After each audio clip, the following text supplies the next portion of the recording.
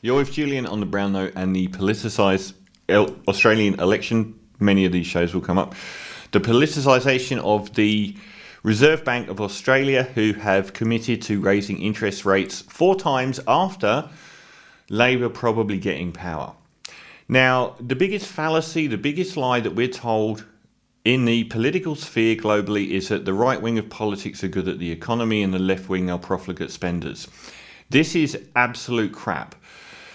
You look at America, the only 2 presidents in America in the last 40 years to have lowered the deficit are both Democrats, Clinton and Obama.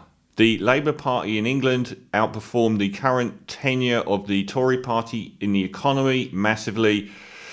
The Labour Party in Australia were the best performing economy on earth for 4 years of their time in power.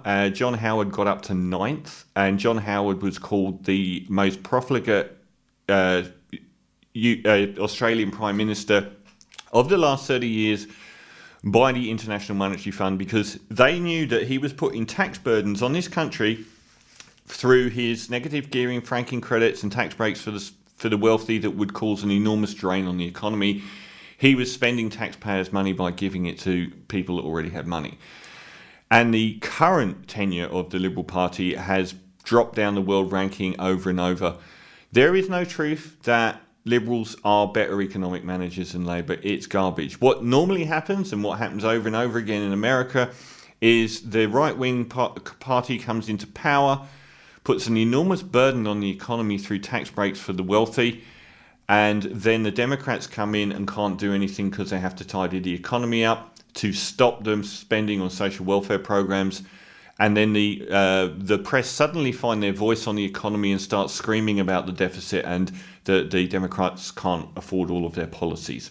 Now, the Reserve Bank of Australia is not supposed to be a political entity, but the reasons for rising interest rates 4 times this year, which they said they're going to do, have always been there. They've been there for the last few years, but they just protected the Liberal Party's housing market.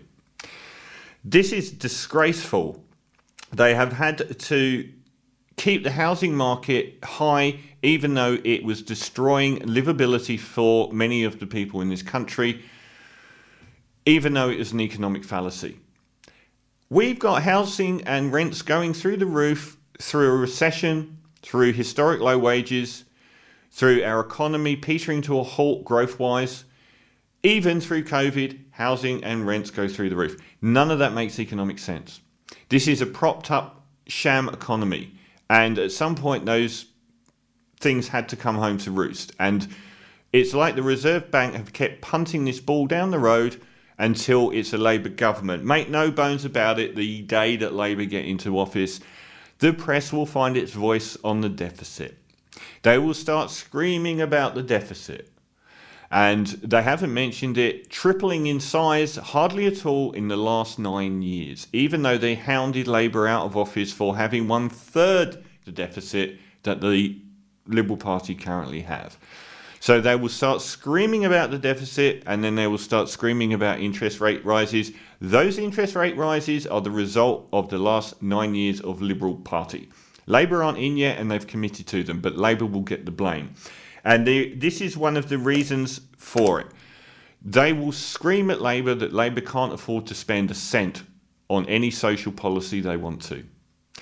So instead of doing the logical thing, which is take away all those juicy tax breaks and perks for the wealthy to right the economy, they will stop spending and scream at Labor to cut back spending on things like public education, public healthcare. We already spend more on private education taxpayer dollars than we do on public, which is just an obscenity.